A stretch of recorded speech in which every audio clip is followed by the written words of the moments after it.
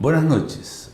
Vamos a conversar de un fin de semana que se torna peligroso muchas veces por la irresponsabilidad de la gente, no por el ser fin de semana de Año Nuevo en sí es peligroso, es la gente la que lo convierte en un peligro que además afecta a terceras personas, trayendo consecuencias indeseadas para muchas personas, y los servicios de urgencia y de emergencia, por supuesto, tienen más trabajo que nunca. Hemos invitado esta noche al doctor Julio Rodríguez, encargado de la red de urgencia de prácticamente toda la región. Vamos a conversar con él porque tiene muy buenas informaciones que entregarnos para entender cómo manejarnos en condiciones como las que se presentan ahora al término de este año y principio del año 2019. Bienvenido, doctor Julio Rodríguez a Morrovisión. Muchas gracias.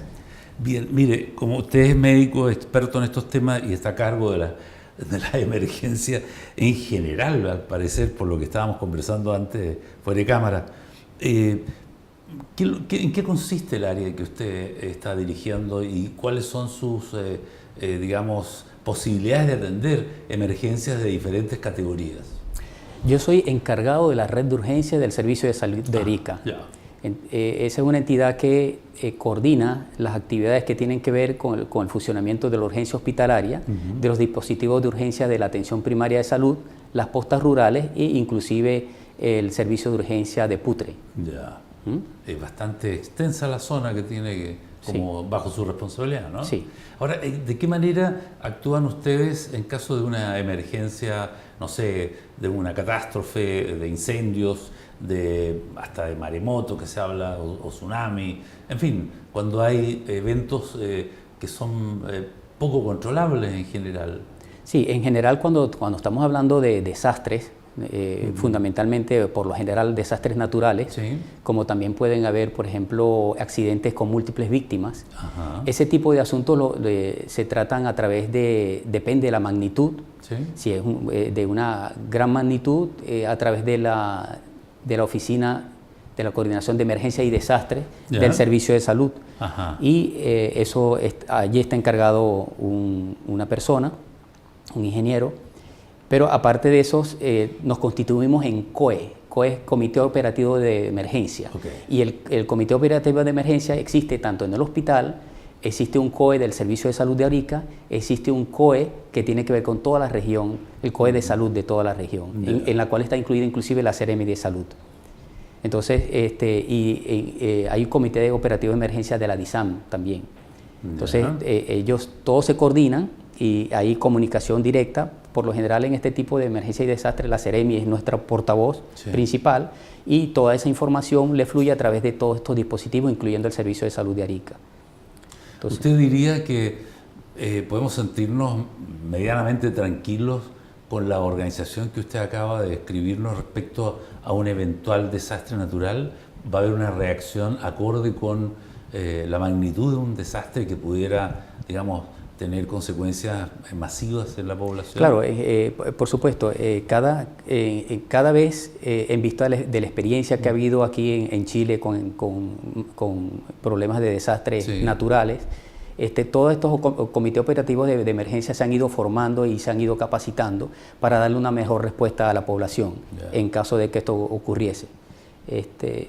Sin embargo, lógicamente hay cosas imprevisibles y realmente la magnitud de un evento puede impactar fuertemente a la población, y siempre, inclusive en países como Japón, donde aparentemente están muy bien preparados, y sin embargo ocurre que muchas veces la magnitud del evento sobrepasa la capacidad de organización y de reacción. Lógicamente esto es muy variable, pero decirle de que hemos hecho un esfuerzo en general aquí en Arica y Parinacota para que haya una mejor respuesta en caso de eventos, sí. Ya, hablamos de una cosa así catastrófica.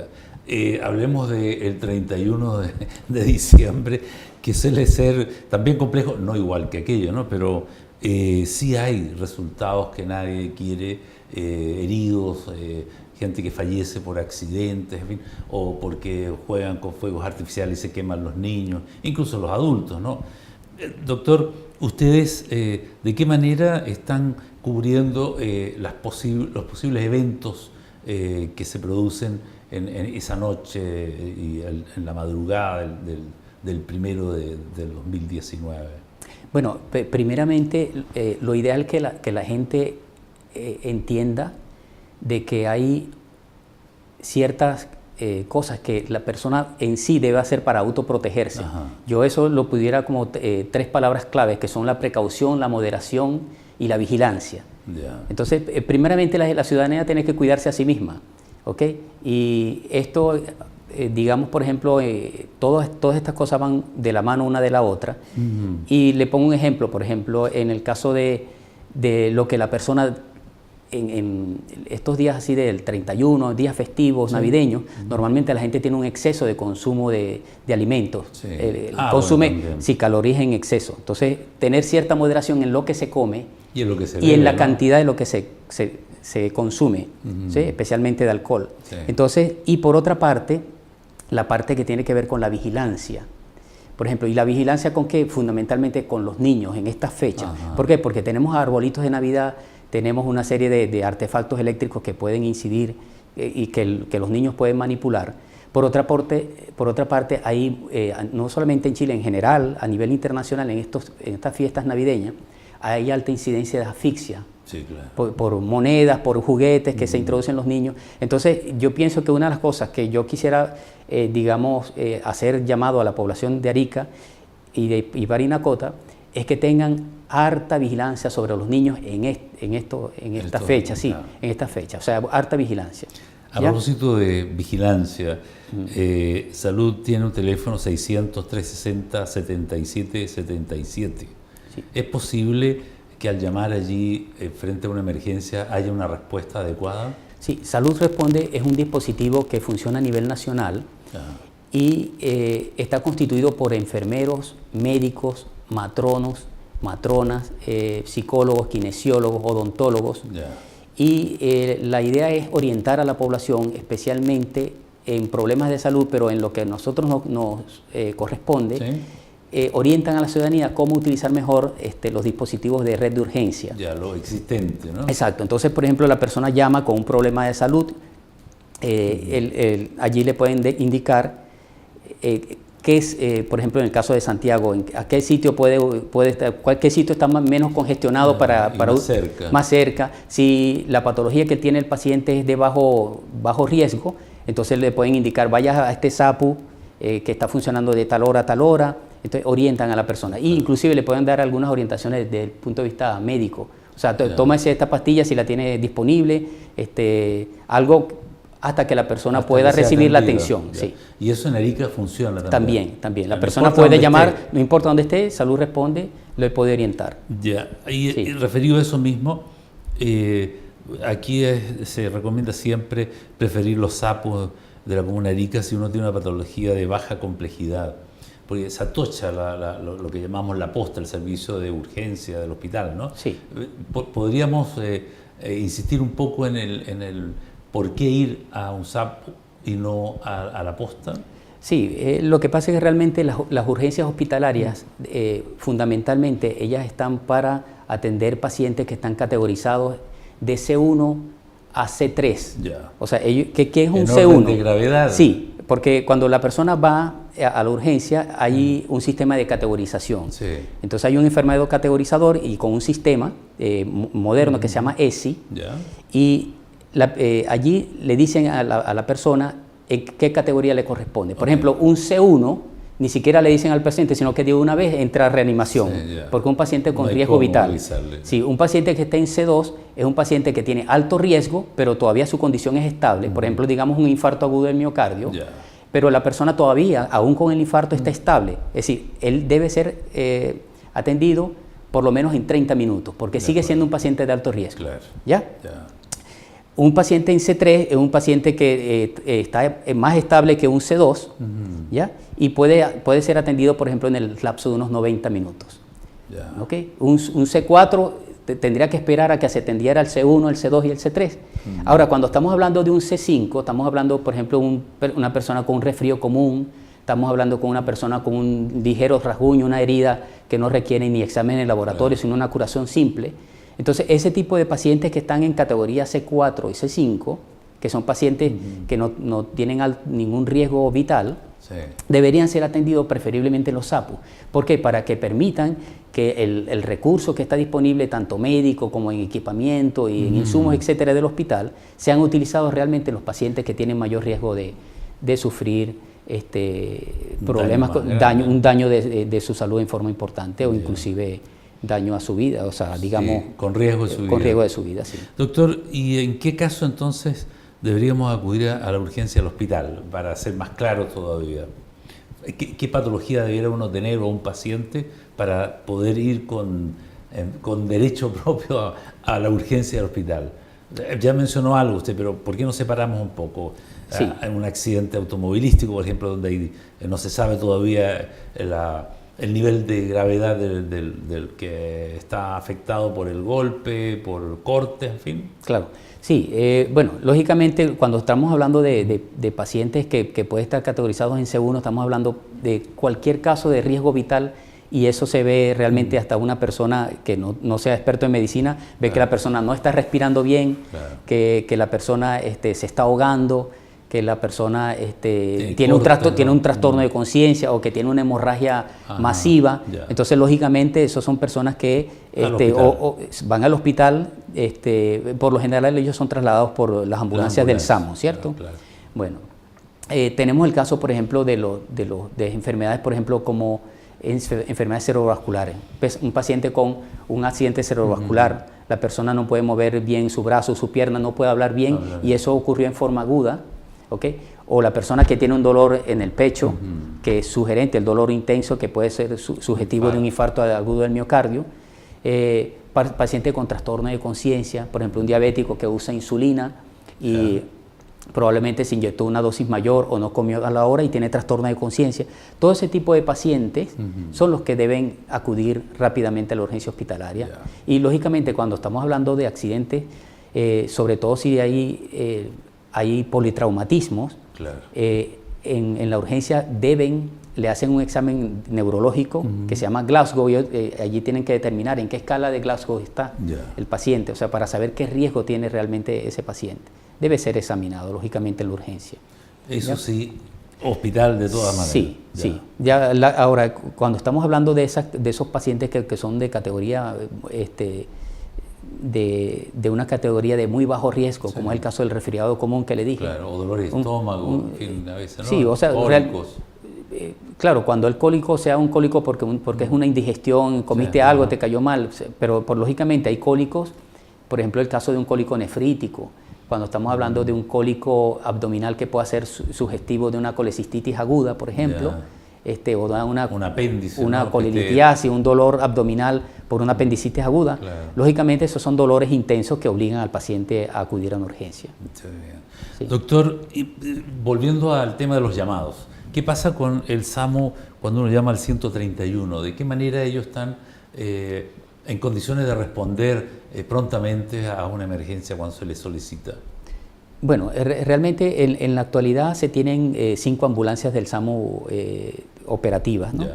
Y ellas también... ¿Son suficientes 5 ambulancias para nosotros en la región?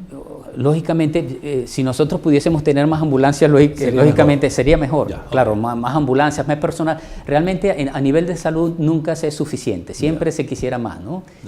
A todo nivel. Sí. Pero lógicamente el SAMU realmente tiene un personal bastante capacitado, responden bastante rápido, tienen su operador, el operador recibe la llamada y la persona le indica de qué se trata el asunto. El operador, de acuerdo a la información que recibe, él puede predecir qué tipo de ambulancia debe acudir al sitio donde está ocurriendo la situación. Hay varios tipos de ambulancias, Sí, ¿no? nosotros contamos con ambulancias básicas y ambulancias avanzadas. Entonces, la ambulancia avanzada va reforzada tanto en equipamiento como en personal. ¿Okay? La básica es un poco como su nombre lo indica, ¿no? El nombre indica, es para atender casos un poco de menor riesgo. Sin embargo, claro, como en toda situación, no solamente aquí en Arica, eso sucede en cualquier parte del país, puede suceder que haya varias llamadas simultáneas. Entiendo. O que las ambulancias del SAMU estén atendiendo y puede ser que se retrase un poco la atención en ese momento, pero digamos que esa es la cosa, lo que es puntual. Por lo general, el SAMU tiene un personal que está bien capacitado y con bastante disposición para acudir al sitio de emergencia lo antes posible. Bien. Doctor, yo creo que con toda esta explicación y relato que usted nos ha hecho, debiese quedarnos claro de que a lo menos parecemos estar en condiciones de resolver de alguna manera una emergencia importante, y otras que son como estas que hablábamos de los días de fiesta, que tanto la gente se extralimita, como decía usted, comiendo en demasía y provocándose problemas intestinales, en fin, o bebiendo alcohol y produciendo accidentes automovilísticos. Yo quería finalmente preguntarle si el próximo año, porque como siempre se planifica de un año a otro, yo no sé si usted puede comentarnos, el próximo año tenemos posibilidades de mejorar en infraestructura, en logística, lo que hoy contamos, con lo que contamos hoy en este tema de las urgencias, o no es posible por razones presupuestarias, en fin, porque como usted decía, es cierto, siempre lo que se tiene es poco en salud, ¿no? Claro. Entonces, y sabemos que cuesta mucho traer angiógrafos, en fin, aparatos, especialistas médicos, en fin, tenemos déficit de neurólogos, en fin, hay una situación que es reconocida y no es responsabilidad de ninguna autoridad en particular, pero sabemos que hay déficit. ¿Ustedes han pensado que el próximo año podíamos optimizar lo existente? Sí, claro. Lógicamente esa es una pregunta más para hacerla a nuestras autoridades, nuestras jefaturas, sí, tanto en el servicio de salud como de la Seremi, como de también vamos a invitar la intendencia. Se sacó el pillo usted, sí, ya está bien. Pero en general yo pienso que sí, yo pienso que la región de Arica y Parinacota se ha venido reforzando porque en comparación con años anteriores sí hay mayor cantidad de especialistas, sí hay mayor cantidad de médicos en atención primaria, ¿ya? Y en la parte de infraestructura también estamos mejorando. Sí, estamos mejorando y vamos a seguir mejorando.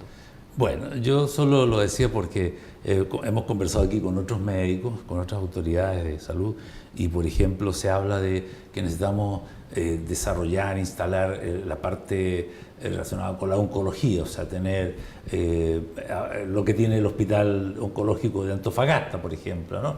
Para poder tratar acá y no tener que enviarlo allá a los pacientes. En fin, el angiógrafo se compró, pero ahora y se está adaptando una sala especial para que funcione. En fin, siempre hay algo que sería interesante contar con él, como un aparato de resonancia magnética y tenerla en el hospital, no tener que salir fuera de él. A eso me refiero, ¿no? De que claro, siempre hay una demanda natural por aumento de la población, en fin, porque no lo teníamos y hace falta, claro, etcétera, ¿no? Por ejemplo, en el caso del hospital, se tiene previsto que en un tiempo relativamente corto empiece a funcionar el angiógrafo. Sí, entonces ya evitaríamos el caso de enviar muchos pacientes a Antofagasta o a Santiago para hacer coronariografías o angioplastias coronarias. Sí. Eso es un ejemplo de que sí, vamos avanzando. Vamos avanzando. Sí. No sea detenida, y sería imposible que los médicos dijesen, no, estamos bien así, no necesitamos nada más.